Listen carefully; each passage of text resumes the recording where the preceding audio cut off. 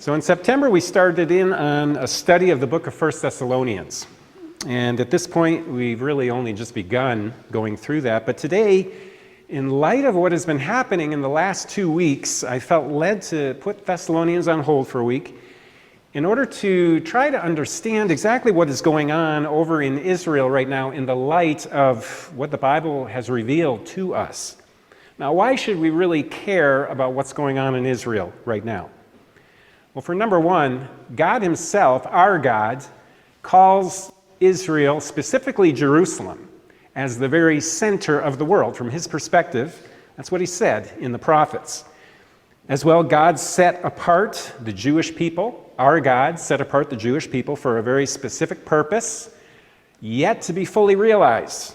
And also, our God has told us to be watching for specific signs heralding the return of Jesus Christ. Signs that, for the most part, are centered in and around the nation of Israel. And if by listening to the various news coverage that is out there right now that's been going full tilt for the last 2 weeks, it's really clear to me that there is a general ignorance out there as to just why this is happening. And if you listen to the mainstream media trying to describe the roots of the conflict, well, you kind of get the picture that it basically goes back to the late 19th century, the late 1800s, when the Jewish people began to trickle back into the land of Palestine, take up residence there alongside the indigenous people of the land, the Palestinians. And ever since that time, these two peoples, the Jews and the Palestinians, have been struggling over who gets the land, with Israel basically coming to have the upper hand and continually bullying the Palestinians by taking more and more of their land. And the Palestinians, in desperation, having increasingly taken up arms to bring international attention to their plight. And honestly, the coverage in the media has been anything but balanced. Israel is usually depicted as being the occupiers or the oppressors, with the Palestinians in the role of the underdog, the David against Goliath scenario. And you see this in the very language that the media and most in the world now use when referring to the territories that Israel won in the 1967 Six-Day War. The territories that the Bible refers to as Judea and Samaria, but the territories that the media refers to as the occupied territories. I remember sitting on a plane next to a man one time who was Palestinian. And we got talking about the whole thing happening over there, the conflict that's been going on for a long time. And he said to me, "How would you like it if foreigners invaded your land, Canada? And they told you, this is our land now, but we'll let you live here. You have to live in the Northwest Territories and Newfoundland." Right? How would you like that? Well, framed like that, if that was all you knew of the situation, you would probably find yourself very sympathetic with the Palestinian people. And is there any wonder today why, especially among the idealistic and socially conscious youth of our generation, you see passionate support for the Palestinian cause? Even many churches have come out in later years roundly condemning Israel and supporting the Palestinians. Well, as Bible-believing Christians, we have the responsibility of evaluating everything, even what's going on in the world around us, current world events, through the lens of the Bible. What has God revealed? How should we look at this issue that is once again dominating the headlines of the world? And what exactly should be our response to it? To begin with, we need to take a very close look at the players that are in this particular conflict right now. Who are they? What do they stand for? What is their history? What do they hope to achieve? And to begin with, let's start with Hamas, okay? Now, if you didn't know who Hamas was a month ago, you probably do now. They are the ones who on the early morning hours of October 7th launched a barrage, thousands of missiles into Israel, primarily targeting civilian areas, and then promptly invaded Israel by land, sea, and air, where they brutally slaughtered in the most heinous ways civilian men, women, and children, 1,400 of them, as well as taking hundreds captive back to the Gaza Strip. Now, Hamas is an acronym in Arabic for the Islamic Resistance Movement. And the acronym itself is an Arabic word. It means zeal or strength. This is how they see themselves. Hamas is the governing power in the Gaza Strip, which houses close to 2 million people, most of them Arab Palestinians. And despite what our own CBC and the BBC and other prominent news outlets refuse to acknowledge, Hamas is a terrorist organization. And you can clearly see this just by looking at their own founding document. Hamas was founded in the 1980s by radical militant Palestinians who proclaimed this in their founding charter. They said, Israel will exist and will continue to exist until Islam will obliterate it, just as it obliterated others before it. And this is in the opening paragraph of their founding document. As well, in Article 7, they say they see themselves as striving to raise the banner of Islam, or Allah, their God, over every inch of Palestine. And also in that article, they say the day of judgment would not come until Muslims fight and kill Jews. And this is actually quoting what is held to be a saying of Muhammad himself, the founder of the Islamic religion. In other words, the mission of Hamas is to exterminate Jews, the Jews in Israel, and thus create an Islamic state, the entire state of Israel as an Islamic state. Hamas is the governing authority over the Gaza Strip, which, again, is home to 2 million Palestinians. Hamas was elected into governance by the Palestinians in the Gaza Strip in 2006, and they have ruled ever since. Why can't the Palestinians and the Israelis live together in harmony like we do here in Canada? We have multiculturalism here in Canada. Now, it's not all peaches and cream here in Canada. We have our conflicts, but not where we are slaughtering and taking hostages and this kind of thing. Why can't the Palestinians and the Israelis live together in peace and harmony? Two peoples living side by side. Well, when it all comes right down to it, it's the nature of the religion of the Arabic peoples, Islam. The word Islam itself means submission, specifically submission to Allah, the God, or I would say the false God of the Muslims. The religion of Islam sees itself as the religion that must bring the entire world into submission to Allah.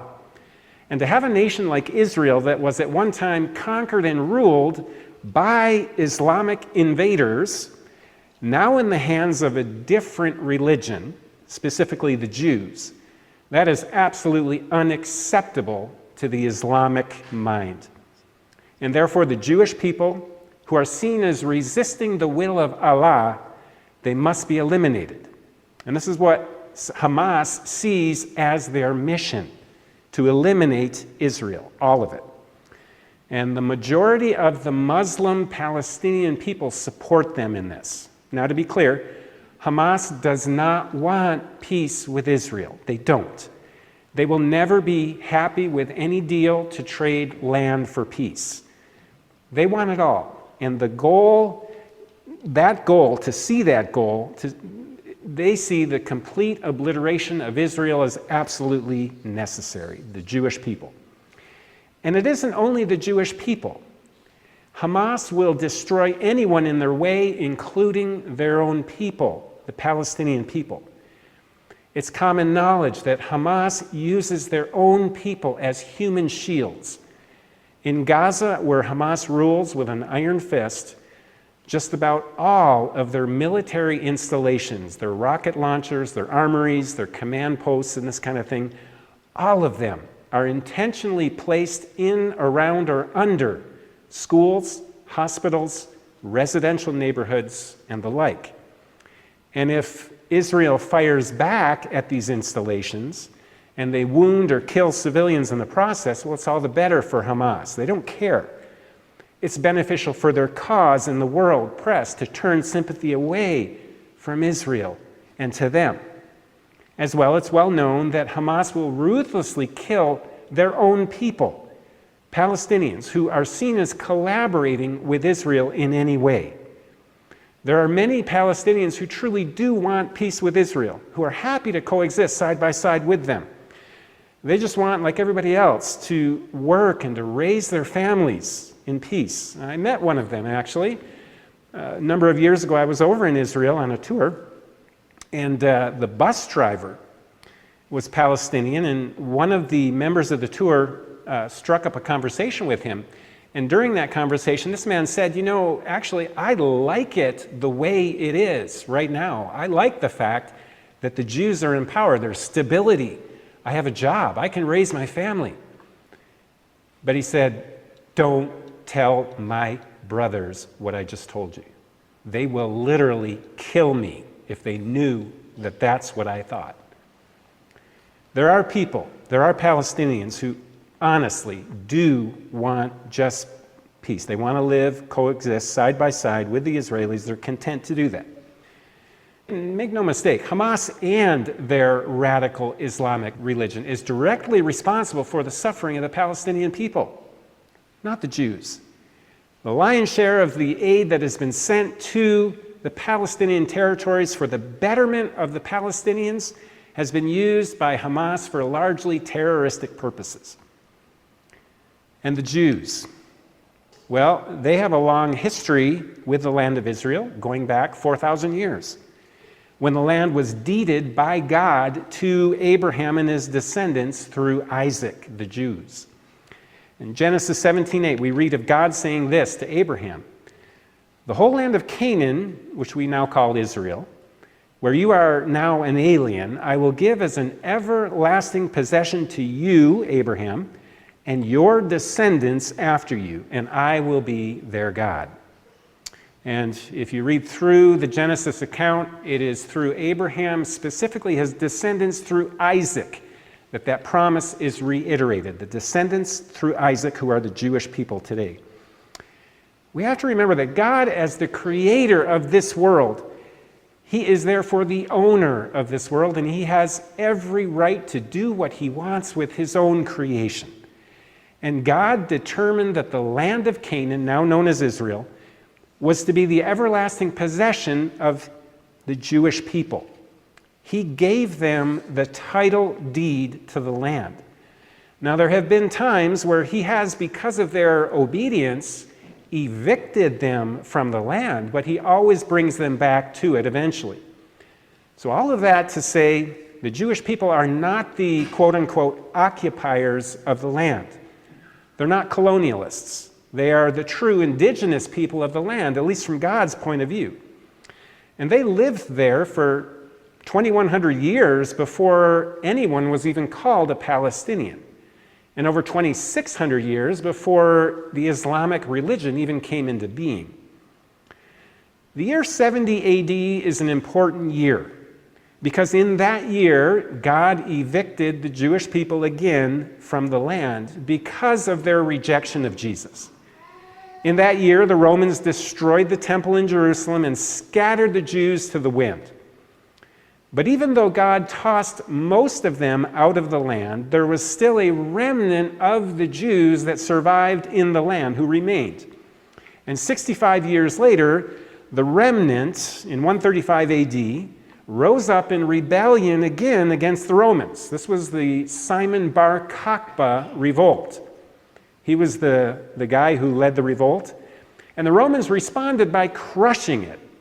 And this time they completely demolished the entire city of Jerusalem, rebuilding it as a Roman city. And in that year, the Roman emperor of the time, Hadrian, did something else. He renamed the land. No longer was it, Israel. He renamed it Palestina, where we get Palestine from. Now, this was a name that, according to Encyclopedia Britannica, derives from Philistia. This is the name given by Greek writers to the land of the Philistines. The Philistines, in other words, Hadrian, in contempt of the Jews, renamed their land after their historic arch enemies, the Philistines. It was his way of thumbing his nose at the Jewish people. And ever since that time, the inhabitants of the land, all of them, Roman, Arab, and even Jewish, who were in the land were called Palestinians, ever since. In fact, did you know that ever since the time of Joshua in the Bible, around 1500 BC, there has always been a Jewish presence in the land of Israel or Palestine, whatever you want to call it. Even after the Roman times and all through the Middle Ages, during the Roman conquest and occupation of the land, there has always been a Jewish population, however small, in the land. And up until 1948, when Israel became a nation, even they were called Palestinians. The Jewish people, up until 1948, who were in the land, were called Palestinians. So this narrative that the Palestinian Arabs were the true indigenous people of the land, and that the Jews only came on the scene in the late 1800s is a complete myth. It is true that the late 1800s saw the beginning of a migration of previously scattered Jews back to their ancestral homeland, the land that was given to them by God, but that doesn't mean that there were not Jews who were already there. There were, lots of them. And the events of the last 150 years are simply the hand of God bringing to fulfillment what he had already spoken through the ancient prophets, that before Messiah comes to reign as king, there would be a massive regathering of Jews back to their land. And we looked at this when we were looking at the passages in Jeremiah this past summer. Okay, so those are the immediate players in the conflict that's going on over there right now: Hamas and the Palestinian Arabs and the Jewish people. And by the way, this conflict between the Jewish people and the Arab peoples is nothing new. It has been going on ever since the time of Abraham in Genesis chapter 16. Both the Jews and the Arabs trace their descent back to Abraham. The Jews through Abraham's son Isaac, and the Arab peoples through Abraham's son Ishmael. The Bible tells us that God promised the land to Israel, the land of Israel, to Isaac and his descendants, not Ishmael and his descendants. But even so, this bitter rivalry between the two has continued to this very day. And if you remember the story in Genesis, Ishmael was conceived as a result of Abraham's running ahead of God, trying to bring about in his own flesh, in his own efforts, what God had promised that he was going to do. God forgave Abraham, but the consequences of his and his wife's actions, Ishmael's birth, they're still with us to this very day. Now, this is something for all of us to reflect on. Now, there's also other players in this conflict, but in a more indirect role. And here I'm going to specifically name the Iranians, because it is the current Iranian regime and their brand of radical Islam that is very much at work behind the scenes. They also are sworn to the complete destruction of the Jewish state and its people, the Jewish people.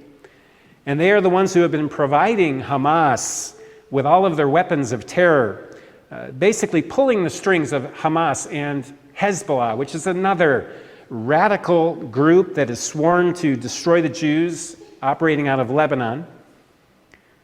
And it's the Iranian regime that was very much behind, in an indirect way, the events of October 7th, both in funding and in planning. And not only is Iran involved here, there is another secondary player we need to recognize: Russia. Now, while probably not directly involved in the actual events of October 7th, their response to those events has been very telling. It's interesting that the public statements of Vladimir Putin, right, the leader of the Russians, they have been much more critical of Israel than they have of Hamas. In fact, even the CBC, which I would not consider a reliable and unbalanced source of news, has this as a recent headline: Putin's muted response to Hamas attacks speaks volumes about Russia's deepening ties with Iran. Even the CBC is drawing attention to the fact of this Russian-Iran connection that is being strengthened by the day. Now, why is this significant? Well, if you're aware of biblical prophecy, there is a very important event foretold over 2,500 years ago in the writings of the prophet Ezekiel. In Ezekiel chapters 38 and 39, we read of a prophesied invasion of the land of Israel, an invasion that, historically speaking, has never happened yet. The opening line of Ezekiel 38, the opening lines read like this. Ezekiel chapter 1, verses 1 to 6, and verse 8 says this. The word of the Lord came to me, Son of man, set your face against Gog of the land of Magog, the chief prince, or some translations say the prince of Rosh, and I'm going to talk about that in a minute, the chief prince of Meshach and Tubal. Prophesy against him and say, this is what the sovereign Lord says, I am against you, O Gog, chief prince of Meshach and Tubal. I will turn you around, put hooks in your jaws, and bring you out with your whole army, your horses, your horsemen, fully armed, and a great horde with large and small shields, all of them brandishing their swords. Persia, Cush, Put will be with them, all with shields and helmets. Also Gomer with all its troops, and Beth Togarmah from the far north with all its troops.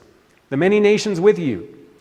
And then in verse 8, in future years you will invade a land that has recovered from war, whose people were gathered from many nations to the mountains of Israel, which had long been desolate.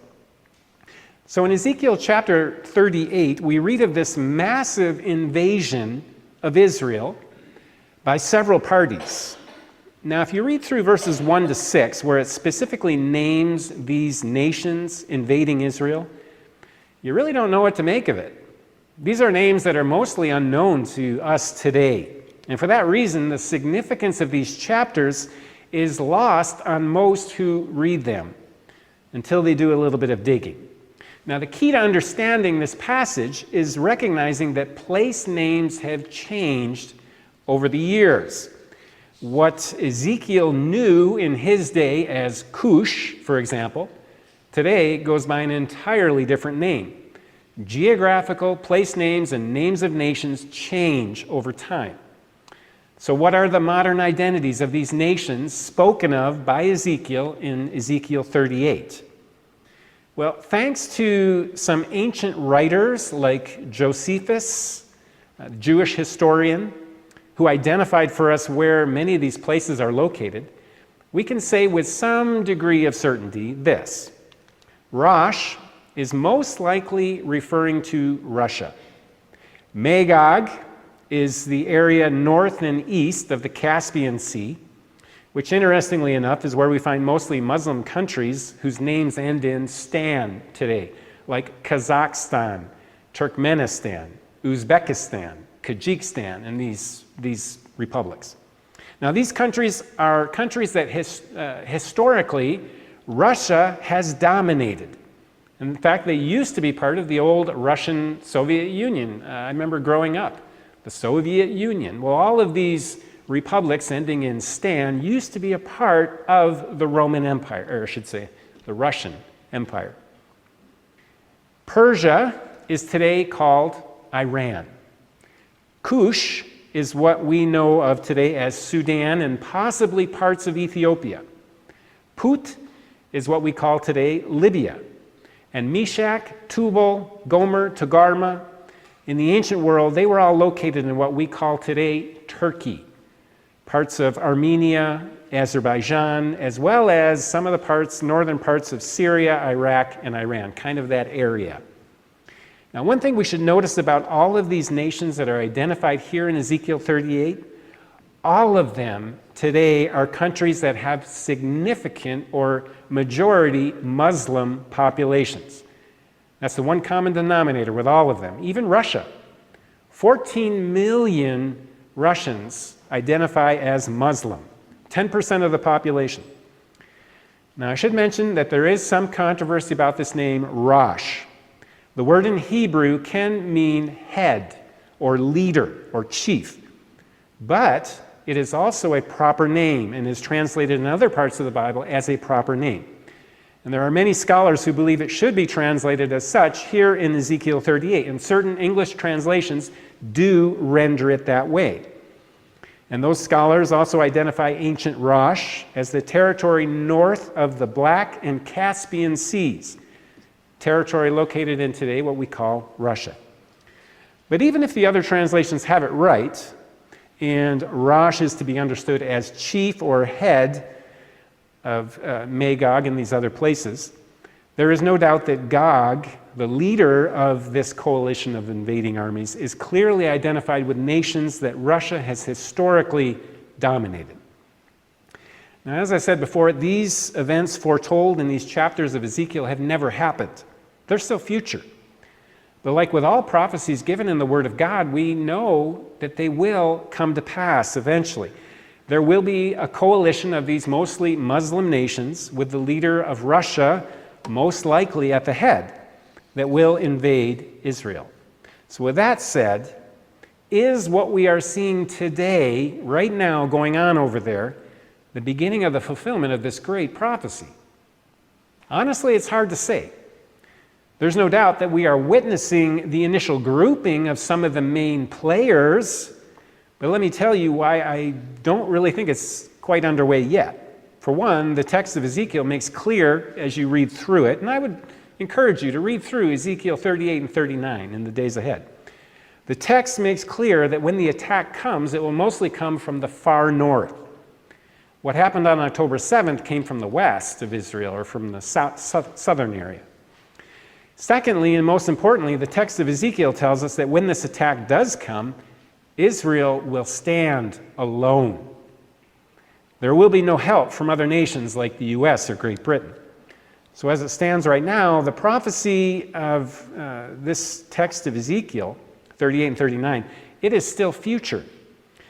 But the way things are going right now, it may not be far off from being fulfilled. All it would take for Israel to lose the support of nations like the United States would be for Islamic terrorists to target those nations also, which they have a tendency to do. When a nation supports Israel, they usually become a target of Islamic terrorism. Create a situation like what happened 22 years ago with 9/11, where those nations are more suddenly preoccupied with defending themselves from attacks on their own home soil than they are with what's going on over in Israel. As well, Israel right now has to walk a very delicate line to maintain the support of other nations. Hamas, while they can indiscriminately target civilians, which they do all the time, Israel does not have that luxury. Anything seen as targeting civilians, and Israel will rapidly lose the support of supporting nations. I mean, just look what happened this last week with this hospital that supposedly was targeted by Israel.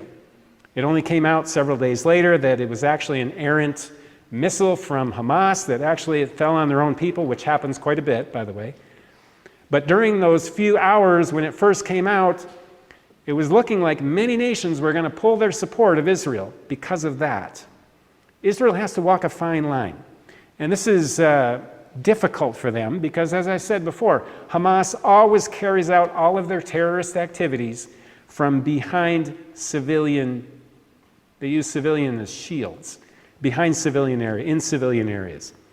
So Israel, unlike Hamas, has gone above and beyond to try to minimize civilian casualties. They have to. Often they will send a dud rocket first to fall on the roof of a building that they are targeting. And anybody knows in that building who hears the rocket hit the roof, they call it roof knocking, that there's a missile coming and they need to get out. Or Israel will usually blanket the area with leaflets telling them that there is a strike that's imminent. They're not trying to hit civilians. This is the reality of the uneven playing field that the nation of Israel is dealing with, and how any slip-up could lose the support of other nations. Now, when this invasion comes in Ezekiel 38 and 39 that it talks about, there will be no support from other nations. So is what is happening now a fulfillment of Ezekiel 38 and 39?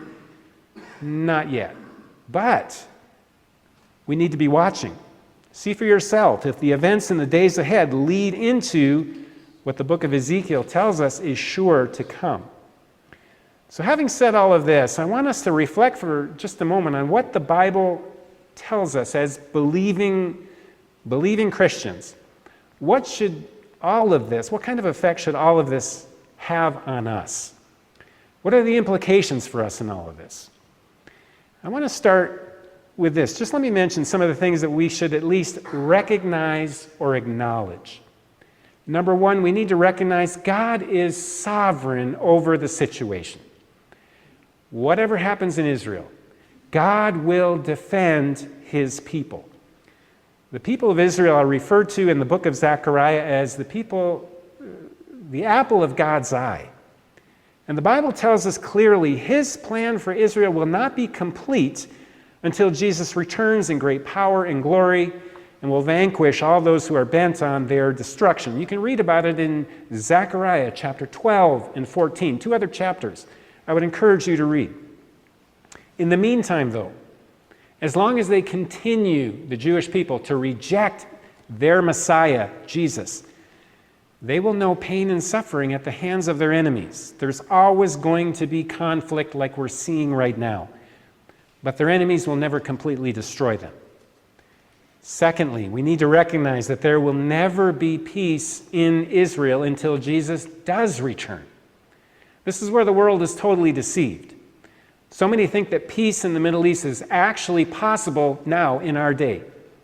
Pretty well, most of the U.S. presidents for a while now have been, they've seen that they're being able to achieve peace in the Middle East as the holy grail of their presidency. The thing that would cement them, their name in history, being able to achieve peace in Israel. But unfortunately, they are deceived. They keep holding out what they call the two-state solution. That is that the land of Israel should be divided up into both a Jewish and a Palestinian state, officially. And the U.S. President, Joe Biden, just this last week made known that he is committed to this end. And other influential countries like China, India, France, and Russia, they have also advocated for this two-state solution in Israel. The only problem is that Muslim Palestinians, as well as most of the Arab world, will never be satisfied with a two-state solution. They actually had the opportunity for a two-state solution handed to them on a silver platter in 1947 when the United Nations offered the Arab Palestinians half of the land as their very own, where they could have their own state, their own nation. But the Palestinians rejected that offer. Again, Islam demands total submission to Allah. To the Muslims, Islam must have total control over every square inch of the land of Israel. And not only Israel, eventually the whole world. That's their goal. So any realistic look at Islam tells us that they will never let the Jewish population of Israel rest in peace. But it's not just that. The Bible also tells us that the Jewish people will never know real peace until Jesus returns. Why? Because the push to annihilate the Jewish people doesn't have its source in Islam. Islam is just one of the current instruments seeking to destroy the Jews. The real source is Satan himself. The 12th chapter of Revelation, which we just read, vividly portrays for us the behind-the-scenes view of this satanic plot to destroy the Jewish people. Throughout the Bible, God has made many promises concerning the future of the Jewish people. And so Satan is actively at work behind the scenes to try to thwart those promises and prove God a liar. He's the one who stirred up the heart of Pharaoh in the book of Exodus to exterminate the Jewish people. He's the one who stirred the heart of Adolf Hitler to try to do the same in more recent times. And he's the one who is behind what we see in the Muslim world today.